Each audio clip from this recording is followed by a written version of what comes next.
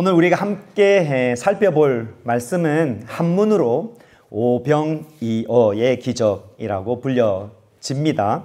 떡 5개라는 뜻이고 물고기 2마리라는 뜻이겠죠. 오병이어.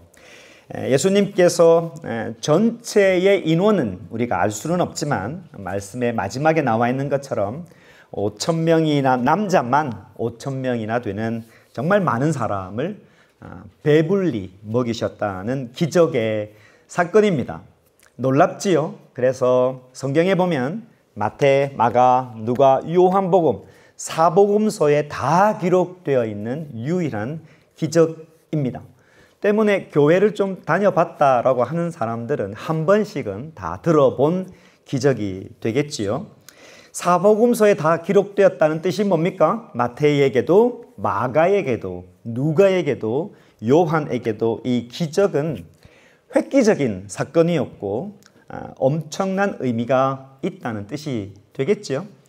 당연히 21세기를 살아가고 있는 지금 이 자리에서 예배드리고 오늘 같은 말씀을 듣고 있는 우리에게도 이 놀라운 기적의 말씀, 오병이어의 말씀은 의미가 우리에게도 크다라는 뜻이 되겠습니다.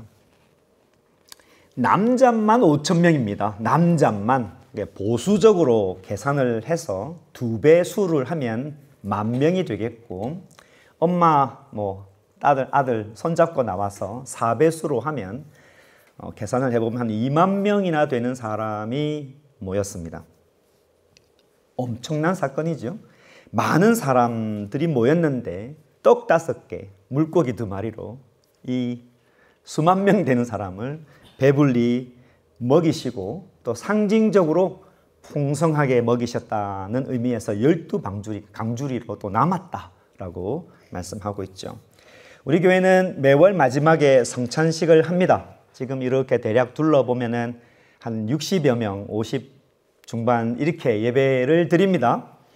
성찬식 우리 또 장용욱 집사님이 준비해 주시는데 준비할 때도 시간이 걸리고 또 우리 유 목사님은 일로 가시고 또 저는 이렇게 가서 60여 명 되는 분들에게 성찬식을 해도 준비할 때 시간 걸리고 배병 배잔하는데도 시간이 걸린다는 것을 생각을 해보면 우리가 늘 하는 거니까 한 3만 명, 2만 명이라 칩시다. 이걸 어떻게 배불리 먹일 수 있을까 생각해보면 이게 불가능하게 가깝지요. 그래서 저희는 작은 교회니까 성찬하겠지만은 1,000 되는 사이즈, 10,000명 되는 사이즈의 교회는 성찬식을 하고 싶어도 할 수 없는 상황에 이르게 되겠지요. 상상이 안 되는 겁니다. 그래서 놀라운 기적입니다. 복음서에 그래서 다 있는 것이겠죠. 이런 기적을 우리는 표적적인 기적이라고 이야기합니다. 그러니까 굉장한 기적이어서 그 안에 표적이 있는 거죠. 메시지가 있는 것입니다. 때문에 이 놀라운 기적을 바라볼 때 과학적으로, 수학적으로 바라보기보다는 어떤 메시지가 있을까 바라보는 안목이 되게 중요하지요. 오늘 마가복음에서 이 말씀을 이렇게 읽었는데 읽어보면은 놀라운 기적에도 불구하고 사람들의 반응이 이렇게 나와 있지 않는다는 게 되게 독특합니다. 다시 한번 쭉 읽어보시면 이런 기적이 있었습니다. 5,000명이나 되는 사람이 남자만 이렇게 먹었습니다라고 되어 있는데 마치 드라마 보다가 중간에 광고 하나 딱 지나간 것처럼 이 놀라운 기적이 쓱 지나간 듯한 아무도 반응하지 않는 게 좀 의아하지요. 그런데 이제 그 반응이 다음 주에 살펴볼 예수님께서 물 위를 걸어가는 기적을 다룰 때 제자들이 깜짝 놀랐습니다. 근데 제자들이 깜짝 놀랐는데 이 놀란 제자들을 보고 마가가 기록을 한 게 6장 52절에 가보면 마가가 이렇게 제자들의 마음을 이야기합니다. 이는 그들이 그러니까 물 위를 걸으신 예수님 보고 깜짝 놀랐는데 물 위를 걷는 걸 보고 깜짝 놀랐네 이렇게 하지 아니하고 앞에 있는 오병이어의 사건에 대한 말씀을 하고 있다는 거예요. 6장 52절에 이는 그들이 그 떡 떼시던 일을 알지 못하고 깨닫지 못하고 도리어 그 마음이 둔하여졌다 이렇게 되어 있습니다. 그러니까 오병이어가 엄청난 사건임에도 불구하고 제자들이 그걸 잊어버리고 있었다 이런 말씀이 되지요. 예수님 바로 옆에서 눈으로 손으로 직접 체험했던 놀라운 기적임에도 불구하고 마가는 제자들이 뭔가를 깨닫지 못하고 있다는 것을 꼬집어서 이야기를 하고 있습니다. 그러니까 무슨 말일까요? 마가는 제자들이 예수님 옆에 있지만 놀라운 기적을 계속 보고 있지만은 예수님이 누군지 모르고 있구나, 이것을 계속 이야기하고 있는 겁니다. 오늘 오병이어의 기적, 이 놀라운 기적에 대한 해석을 예수님께서 하십니다. 요한복음에 있어요. 요한복음 6장에 보면 사람들이 지금 이 5천 명을 먹였던 수만 명의 사람들이 밥을 먹는 이 놀라운 것을 보고 반응을 합니다. 마가복음에는 반응이 하나도 없는데 요한복음에 보면 예수님께서 수만 명 되는 사람을 먹이신 것을 보고 사람들이 반응을 했어요. 신명기 18장 15절에 보면은 세상에 올 선지자가 있다고 예언이 되어 있는데 이분이 바로 그 선지자다 라고 배불리 밥을 먹고 난 다음에 흥분해서 남자들이 예수님을 잡아서 자신들의 임금으로 삼으려고, 이제 소위 말하면 강제적으로 붙들려고 하는 장면이 나옵니다. 의도가 잘못됐죠. 그래서 예수님께서 혼자 이 무리를 떠나서 산으로 가십니다. 나는 그런 사람이 아니다, 이런 말씀이 되겠죠. 그런데 예수님께서 한적한 곳에 가셨다가 나중에 다시 돌아오십니다.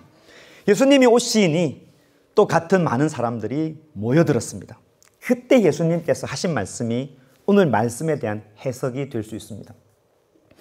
요한복음 6장 26절에 보면 예수님께서 다시 찾아온 이 무리들을 바라보고 이렇게 꼬집습니다.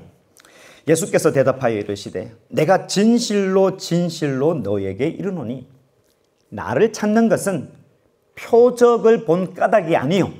그러니까 앞에 오병이어의 놀라운 기적, 그 표적적인 사건을 보고 그 의미를 보고, 즉 예수님이 누구신지 깨닫지 못했고 온 이유를 이야기하죠. 떡을 먹고 배부른 까닭에 다시 왔구나, 이런 말씀을 합니다. 그러니까 표적의 의미를 깨닫지 못하고 이 표적 속에 있는 예수님이 누군지, 내가 누군지 전혀 깨닫지 못하고 다시 이 배고픔을 해결하려고 왔구나, 물질적인 축복을 바라보고 왔구나, 내가 잘 되면 좋겠다, 기복적인 신앙을 가지고 왔구나, 이렇게 말씀하죠. 그러면서 그 다음 말씀에서 물고기 2마리와 떡 5개의 기적이 가지는 메시지, 예수님께서 말씀하시는 메시지가 있습니다. 요한복음 6장 27절 말씀, 어떻게 보면 해석적인 말씀이기 때문에 중요한 말씀이어서 같이 읽어보면 좋겠습니다. 같이 읽어봅시다. 썩을 양식을 위하여 일하지 말고 영생하도록 있는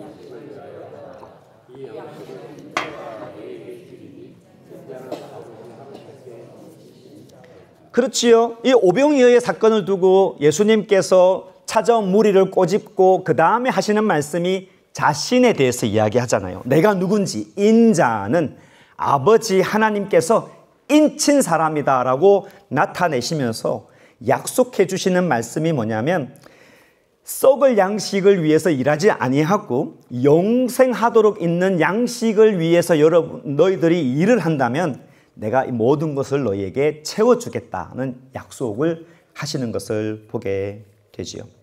예수님 말씀에 따르면 오늘 남자만 5천 명이나 되는 사람들을 먹이신 이 기적은 예수님이 누구신지를 말씀해 주시는 기적이 됩니다.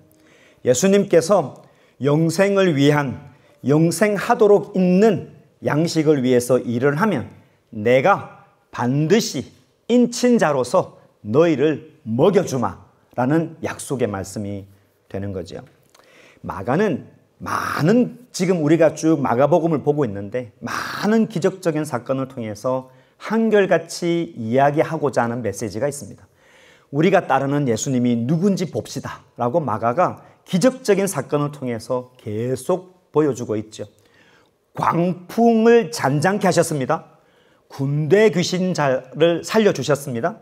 혈루증 여인으로 12년 동안 고생하는 여인을 살려주셨습니다. 심지어 야이로의 죽은 딸, 12살 되는 딸을 죽음에서 살려주셨습니다. 즉 예수님이 누군지를 알게 되면 우리가 일상에서 접하는 광풍, 아픔, 심지어 죽음조차도 예수님 앞에서는 아무것도 아닐 수 있다는 것을 가르쳐주고 있는 것이죠.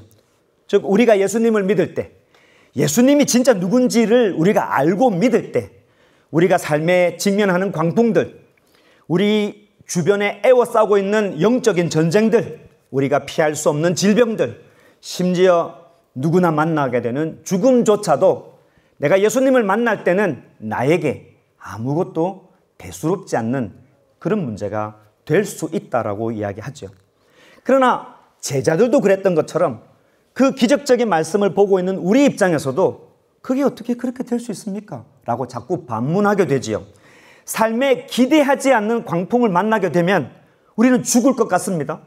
영적인 전쟁에서 사방이 어둠의 세력이 있다는 걸 알면 밤에 잠을 못 자고, 우리 집사님처럼 암 선고를 받으면 천지가 다 무너지는 듯한 마음이 들지 않겠습니까? 죽음이 찾아오면 두려울 수밖에 없는 상황인데 어떻게 대수롭지 않게 여길 수 있습니까? 라고 우리가 반문할 수 있죠. 예수님 주변에 있는 제자들도 그렇게 반문하고 있는 거예요. 때문에 마가는 이 기적적인 말씀들을 계속 이야기하면서 힘을 다해서 이야기해 주는 거예요. 예수님이 누군지 알아야 그분을 만나게 되면 우리 삶에 있는 모든 문제에 대한 그 일들이 해석이 되고 이해가 되고 하나님의 섭리를 붙들어서 놀라운 하나님의 뜻을 구할 수 있는 사람이 될 수 있다라고 마가는 계속 이야기하는 겁니다. 모든 복음서의 이야기가 그렇습니다. 사도행전에 나와 있는 사도들의 메시지가 그렇습니다. 기독교 역사에서 있는 하나님을 제대로 만난 사람들의 간증을 들어보면 죽음도, 광풍도, 질병도, 상상할 수 없는 어려움도 대수롭지 않게 여기는 놀라운 간증들을 볼 수 있는 거죠. 진짜 예수님을 만나고 진짜 예수님을 믿게 되면 죽음조차도 대수롭지 않게 여기게 된다는 것을 성경의 메시지로 우리에게 말씀하죠. 근데 잘 안 됩니다. 교회 오래 다녀도, 직분을 가지고 교회 오래 섬겨도, 사역자라 한다 할지라도 이 비밀을 잘 모르면 우리는 자꾸 쓰러지게 되고 넘어지게 되죠. 우리의 시선이 십자가, 예수님께 있지 아니하고 항상 우리가 만나는 문제들에 우리의 시선이 있기 때문입니다. 교회 오래 다닌다고 믿음을 보장하는 게 아니죠. 예수님을 만나야 합니다. 아무리 교회 오래 다닌다고 해도 믿음이 그냥 풍성해지는 것 아닙니다. 믿음의 능력, 믿음의 비밀은 예수님이 누군지를 확실히 깨닫고 그분을 만나는 데서 모든 믿음이 시작이 되는 것이죠. 사역을 몇 년 했다고 해서 자연적으로 풍성해지는 게 아니라는 것이죠. 오늘 이 메시지를 하면서 말씀을 연결해 보려고 해요. 오늘 저와 여러분이 잘 아는 이 오병이어의 사건은 앞뒤를 딱 떼고 이 사건 하나만의 메시지도 있지만은 오늘 본문 속에서는 앞에와 연결되어질 때 우리들에게 주시는 메시지가 아주 크다는 것이죠. 앞에 보면은 제자들이 돌아왔습니다. 지난주 말씀을 잘 기억해 보십시오. 어떤 제자들이었습니까? 세상에 파송받은 사람들입니다. 아직 성숙되지는 못했지만은 예수님께 권능을 받아서 세상에 파송을 받았는데 모든 것을 다 들고 파송받은 것이 아니라 지팡이 하나, 신발 하나, 요것만 신고 하나님을 의지하라면서 나갔던 제자들이죠. 돌아왔습니다. 30절 말씀에서 오병이어가 시작된다는 게 되게 독특합니다. 30절 말씀 같이 읽어볼까요? 사도들이 예수께 모여 자기들의 행한 것과 가르친 것을 낱낱이 고하니, 이렇게 말씀합니다. 그러지요. 어떤 제자들이었냐 하는 거죠. 이 제자들이 와서 예수님께 낱낱이 고합니다. 그 안에는 본인들이 행한 것, 본인들이 가르친 것도 이야기하지만 우리가 앞에 있는 말씀을 잘 읽어보면은 내가 뭘 했다, 내가 가르쳤다, 내가 귀신을 몇 마리 쫓아보냈다, 이런 것도 있지만은 가장 큰 예수님 앞에 낱낱이 고하는 게 무엇이었을까요? 지팡이만 들고 갔는데 신발만 신고 갔는데, 두렵고 떨리는 원수들이 많은 저 지방에 갔는데 하나님께서 기가 막히게 많은 것을 채워주셨습니다. 흥분돼서 그 많은 것들을 이야기하고 있지 않겠냐는 것이지요. 제자들의 간증이 있는 것입니다. 하나님께서 채워주셨다는 놀라운 뜨거운 열정이 있는 것이지요. 예수님의 약속의 말씀대로 하나님께서 먹을 것, 입을 것, 마실 것을 채워주셨다는 그 마음들을 예수님의 말씀이 맞습니다. 지팡이만 들고 갔는데 하나님께서 놀라운 일들을 해주셨습니다. 그것을 낱낱이 고하게 되는 것이죠. 풍성하지는 않았겠지요. 그러나 입을 것이 없어서 알몸이 되었던 적도 없고, 먹을 것이 없어서 며칠 굶은 적도 없고, 마실 물이 없어서 정말 죽을 것 같다는 것을 느껴보지 못할 정도로 일용할 양식으로 하나님께서 날마다 채워주셨다는 것을 제자들이 잊을 수 없는 간증으로 예수님 앞에 낱낱이 구하죠. 저는 이 낱낱이 구한다는 것에 선교사님들이 생각이 났습니다. 이전에 사역을 할 때, 한국에서 사역을 할 때 교회가 좀 크다 보니까 후원하는 선교사님들이 오십니다. 가나에서 여러 군데에서 선교사님이 오시면 은혜를 받지요.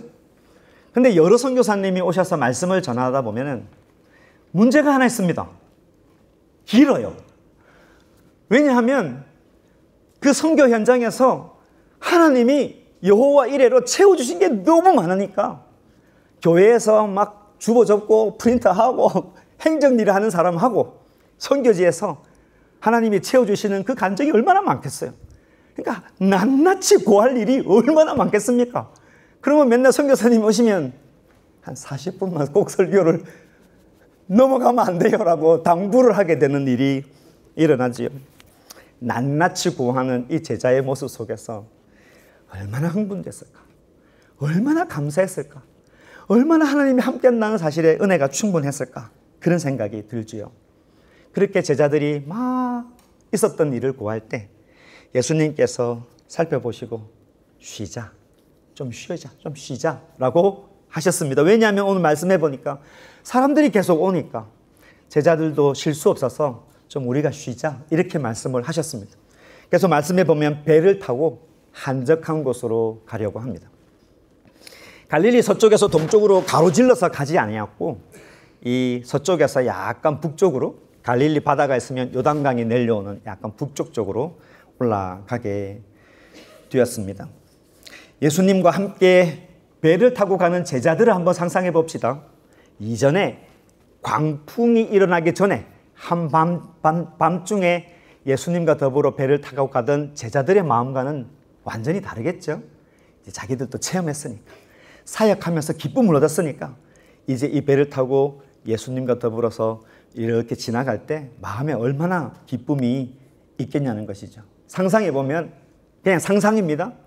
지팡이만 가지고 가라 했던 그 메시지를 듣고 아무도 지팡이를 버리지 아니하고 그 지팡이를 다 배에 사라시 다 들고 마치 자기가 모세가 된 듯 배가 지나갈 때 이렇게 아주 장엄한 모습으로 가지 않았을까 상상이 되죠. 그런데 33절에 보니까 군중들이 알아보고 그들보다 먼저 갔다고 되어 있고 모든 고을에서 사람들이 걸어서 예수님이 도착할 곳, 이 제자들이 어디로 갈지를 미리 알고 모든 고을에서 사람들이 와서 미리 기다렸다라고 되어 있습니다. 지금도 거기에 오병이어 교회가 있다고 합니다. 그렇다고 해서 한국말로 오병이어 교회 이렇게는 아니겠죠. Church of Multiplication이라는 이런 이름으로 교회가 있습니다.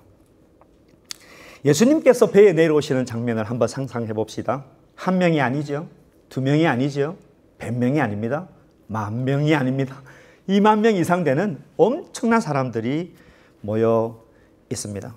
예수님께서 이들을 바라보고 목자 없는 양 같다라고 말씀하시면서 제일 처음 하신 일이 뭐냐면 불쌍히 여기시고 말씀을 가르치십니다. 영적으로 먹이시는 일을 하시는 거죠. 이 장면에서 오늘 오병이어가 시작이 되는 겁니다. 예수님이 누구신지를 보여주죠. 먹이시는 예수님의 모습을 우리들에게 보여줍니다. 예수님께서 이 목자 없는 양 같다 이러시면서 다들 통장에 10,000불씩 주자 그러지 않으셨지 않습니까? 힘드니까 소비 쿠폰을 하나씩 주자 그러지 않으셨습니다. 불쌍히 계시고 말씀을 가르쳐 주셨습니다. 아무리 돈이 많고 아무리 인맥이 많고 아무리 남부럽지 않게 산다고 해도 결국 예수님의 눈에 보면 하나님의 말씀이 없고 하나님을 떠나 있으면 목자 없는 양과 같다라고 말씀해 주고 있습니다. 오늘 오병이의 사건 앞에 우리는 헤롯의 이야기가 있다는 것도 압니다. 같은 이야기입니다. 아무리 왕의 짓을 하고 왕의 자리에 올라서 권력을 가지고 술파티하고 인맥을 자랑하고 자신의 권력을 막 이렇게 휘두른다고 할지라도 하나님의 말씀에 떠나 있으면 목자 잃은 양과 같고 하나님 앞에 있지 아니하면 저주의 인생이 된다는 것을 보여주시면서 자신들 앞에 나온 이 많은 무리들에게 양이라 생각하시고 목자로서 하나님의 말씀으로 여러 가지로 가르치시는 것을 볼 수 있습니다. 피조물인 우리의 인생은 창조자를 그렇게 만나야 합니다. 인생의 모든 문제는 하나님을 만나야 이해가 되고 힘을 얻게 되는 것이죠. 예수님은 사람이 떡으로만 사는 것이 아니다. 하나님의 말씀으로 살 것이다 하는 것을 강력하게 보여주고 있습니다. 우리는 어떻게 해야 합니까? 하나님 말씀 앞에 결국 나가야 한다는 것을 이 기적 시작점에서 볼 수가 있습니다. 선한 목자 되시는 하나님 앞에 나와야 합니다. 주일 예배 지키면서 하나님 앞에 나와야 합니다. 어쩔 수 없는 경우가 아니라면 늘 하나님 앞에 나오는 자리를 지키며 말씀을 듣고 기도해야 합니다. 성경을 손에 놓지 않아야 합니다. 반복해서 말씀을 듣고 말씀을 묵상하는 일들을 해야 합니다.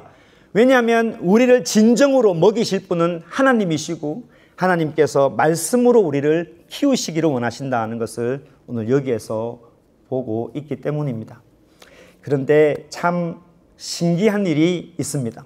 그렇게 선한 목자가 되시는 하나님을 말씀으로 만나게 되면 그렇게 원망이 되고 답답했던 나의 모든 문제들이 해석이 되고 이해가 되는 힘을 이제 이 말씀을 통해서 얻게 되는 일들이 일어나는 것이지요. 우리가 주님 앞에 나갔을 때 말씀을 듣는다고 해서 모든 것들이 한 번에 다 해결되는 것은 아닙니다. 그러나 나에게 하시는 그 말씀을 듣고 나에게 하시는 말씀을 내가 곱씹고 그 말씀을 내가 묵상하고 받아들일 때 이전에는 전혀 이해되지 않았던 모든 문제들이 이해되기 시작하고 견딜 수 있고 소망으로 나갈 수 있는 믿음의 힘을 우리가 가질 수 있게 되는 것이지요. 그런데 반전이 일어납니다. 얼마나 오래 가르치셨을까요? 예수님께서 많은 말씀을 가르치셨습니다. 그죠? 그럴 때 35절에 보니까 문제가 일어납니다. 35절 말씀 같이 읽어봅시다. 때가 저물어 가매 제자들이 예수께 나와 여짜오되 이곳은 빈들이요 날도 저물어 가니. 그렇게 됩니다. 날이 저물어 갑니다. 예수님께서 말씀으로 꼴을 먹이시는데 날이 저물어 갑니다. 그런데 견디지 못하는 사람들이 있었습니다. 아이러니하게도 말씀을 전하는 사람도 아무 말 하지도 않고 말씀을 듣는 양들도 아무 말 하지 않는데 옆에 제자들이 나섭니다. 어떻게 제안합니까? 사람이 너무 많으니 날이 어두워지니 마을로 돌아가서 각자 먹을 것을 해결하도록 합시다. 이렇게 합리적인 조언을 하게 됩니다. 우리는 지금 이 시점에서 제자들이 이 말을 했다는 게 되게 중요한 포인트가 되죠. 저도 그렇고 여러분도 그렇고 예수님의 제자로 만약 그 자리에 있었다면 침묵하고 있었을까요? 날이 어두워가면 우리의 마음이 걱정이 점점 찾아오고 예수님을 사랑하는 마음에 예수님께서 말씀을 가르치는 이 위대한 자리에 마음에 조마조마해서 또 특별히 여러분의 가족이 그 자리에 있다면 내 아이 밥 먹여야 되는데 가야 하지 않을까요? 라고 저도 여러분도 똑같이 말하지 않을까 생각이 듭니다. 굉장히 합리적이지 않습니까? 가끔 교회의 중대한 결정을 할 때도 보면 합리적인 것들이 있습니다. 다수결이죠. 왜냐하면 우리 눈에는 다수결이 되게 합리적으로 보이기 때문입니다. 그러나 꼭 그렇지 않다는 것도 성경을 보면 잘 알지요. 왜냐하면 가나안 정탐을 보낼 때 12명이 갔잖아요. 2명은 하나님이 주신 땅이다라고 갈 수 있는데 10명은 안 된다라고 했지 않습니까? 그런 다수결, 굉장히 합리적인 것을 취해서 아주 방향이 달라졌다는 것을 압니다. 지난번에 장로고시 때문에 피닉스를 찾아갔었습니다.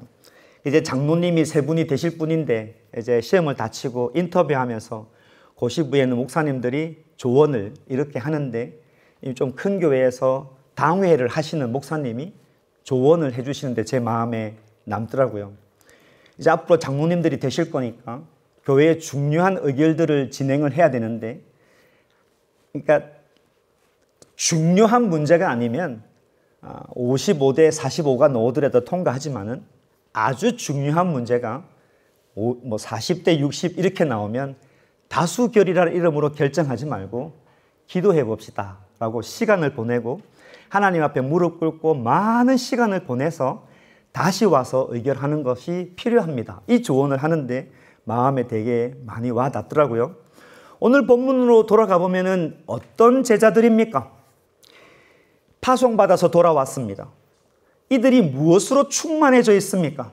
지팡이와 신발만 믿고 갔는데 하나님께서 놀랍도록 공급해 주신다는 것을 정말 체험하고 돌아왔던 사역의 경험이 있는 사람들입니다. 따끈따끈한 체험을 가지고 예수님과 더불어 한 배를 타고 한적한 해변으로 가고 있었습니다. 전혀 기대하지 않았는데 마치 게릴라 콘서트처럼 정말 한적한 곳에 가려고 갔는데 수만 명 되는 사람들이 환호하면서 예수님과 이들을 기다리고 있는 상황이었습니다. 얼마나 큰 흥분이 되었을까요? 내가 만났던 하나님께서 이 수많은 무리들에게 뭔가 하실 것이다 라는 그 기대를 제자들도 하지 않았을까요? 예수님께서 목자 없는 양 같다고 생각하는 이 무리들을 불쌍히 여기시면서 하나님의 말씀을 전할 때 많은 사람들이 고개를 끄덕끄덕거릴 때 제자들도 하나님이 일하신다, 얼마나 흥분이 되었을까요? 그런데 날이 딱 저물어 갈 때 믿음은 간데 없고 습관처럼 합리를 쫓아감으로 인하여서 믿음을 잃어버리게 되는 것을 보게 됩니다. 우리의 믿음을 한 번에 식혀버리는 시험은 그렇게 날이 저물듯이 천천히 찾아옵니다. 우리의 이성을 이렇게 캡처하고 우리의 마음을 갉아먹으면서 날이 저물듯이 천천히 찾아오죠. 뜨거운 신앙의 체험이 한순간의 벽돌처럼 차갑게 되는 것은 합리적인 생각이 내 머리를 잠식할 때입니다. 그래서 예수님께서 이 합리적인 사고를 질문으로 깨십니다. 너희들이 먹을 걸 줘라. 이렇게 말씀합니다. 이게 말이 됩니까? 제자들이 따집니다. 200데나리온의 떡을 어떻게 삽니까? 이 사람들 다 먹이려면 한 2만 불, 3만 불 정도는 있어야 먹일 수 있습니다. 라고 합니다. 우리는 이런 걸 가르쳐 주지 않아도 너무 잘합니다. 여러분의 제자가 지금 예수님의 제자가 되었다면 예수님이 여러분에게 너희가 먹여라, 이렇게 하면 제자들보다 더 월등하게 많은 상상을 합니다. 돈을 계산했지요? 돈 없습니다. 아니, 돈이 있다 하더라도 그 많은 떡을 어디서 사옵니까? 아니, 떡을 파는 곳을 찾았다 치더라도 그걸 누가 배달합니까? 누가 배달했다 칩시다. 그걸 어떻게 배분합니까? 등등 수많은 계산들이 우리 머릿속에 본능적으로 스쳐 지나가게 되죠. 저와 여러분도 이런 함정에 빠져 있지 않나 묻습니다. 수많은 계산 속에 갇혀서 도저히 믿음으로 한 걸음도 나가지 못하고 있지 않느냐 하는 거죠. 이렇게 해서 내가 졸업할 수 있을까? 이 모양 이 꼴로 영어가 늘 수는 있을까? 다음 달 렌트비는 낼 수 있을까? 우리 부부는 이 시험을 이겨나갈 수 있을까? 이 프로젝트는 가능한 것일까? 우리 교회가 지금 이 상황에서 예배당을 구할 수 있을까? 오만 생각이 수학적인, 계산적인, 합리적인 것으로 믿음을 잠식하고 있지 않느냐는 것이지요. 그럴 때 예수님께서 제자들에게 또 우리들에게 묻습니다. 네가 가지고 있는 게 뭐냐라고 묻지요. 떡 5개와 물고기 2마리입니다. 따지고 보면 제자들 게 아닙니다. 그 안에 있는 소년 것이었습니다. 도시락 하나였죠. 예수님께서 어떻게 하십니까? 제자들을 명해서 100명씩 50명씩 그룹으로 푸른 잔디 위에 앉혀라 이렇게 이야기해 봅니다. 여러분이 리더가 돼서 야외에 놀러만 갔다 치더라도 100명만 따라와도 정말 말 듣지 않습니다. 200명 교회 행사할 때 좀 앉으세요. 좀 일로 오세요. 좀 갑시다. 이래도 100명만 돼도 말 듣지 않는데 2만 명, 3만 명 되는 사람을 100명씩, 50명씩 이렇게 앉히는 일들을 보면은 예수님께서 의도적으로 제자들의 그 철저한 계산을 불가능한 계산으로 깨고 있지 않는가 하는 생각이 듭니다. 말씀을 점점 마무리해 가고 있습니다. 그렇게 예수님께서 다 앉히시고 축사하시고 많은 사람들을 먹이십니다. 결론적으로 마가는 아주 짧게 이 놀라운 기적을 다 끝마칩니다. 굉장히 간단하게 마치죠. 배불리 먹었다. 남은 것이 12강줄이다. 남자만 5,000명 먹었더라. 라고 말씀하시면서 오병이의 기적의 앞에와 뒤에를 딱 결론을 짓습니다. 우리 예수님은 영적으로 육적으로 먹여주시는 분이시다. 라고 사실은 이 무리들의 이야기하는 것이 아니라 앞에서 계속 실패하고 있는 제자들에게 내가 누군지 아느냐? 나는 먹이는 선한 목자다. 라고 말씀해주고 있는 것입니다. 오늘 말씀을 파송받은 제자들이 돌아와서 경험한 표적이다라고 생각을 해보면 오늘 저와 여러분에게 주시는 말씀이 아주 크다고 여겨집니다. 제가 볼 때 우리 공동체는 이제 신앙을 막 시작하시는 분들이 몇 명 되지 않습니다.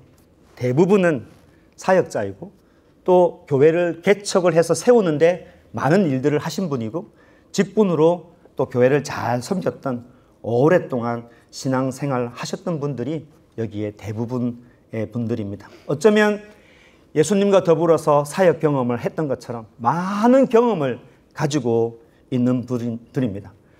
제가 따로 설교하지 않아도 본문만 펴도 오늘은 무슨 설교인지 알겠다라고 상상이 될 만큼 모든 노하우를 가지고 있는 사람들 아니겠습니까? 지금까지 생각해 봅시다.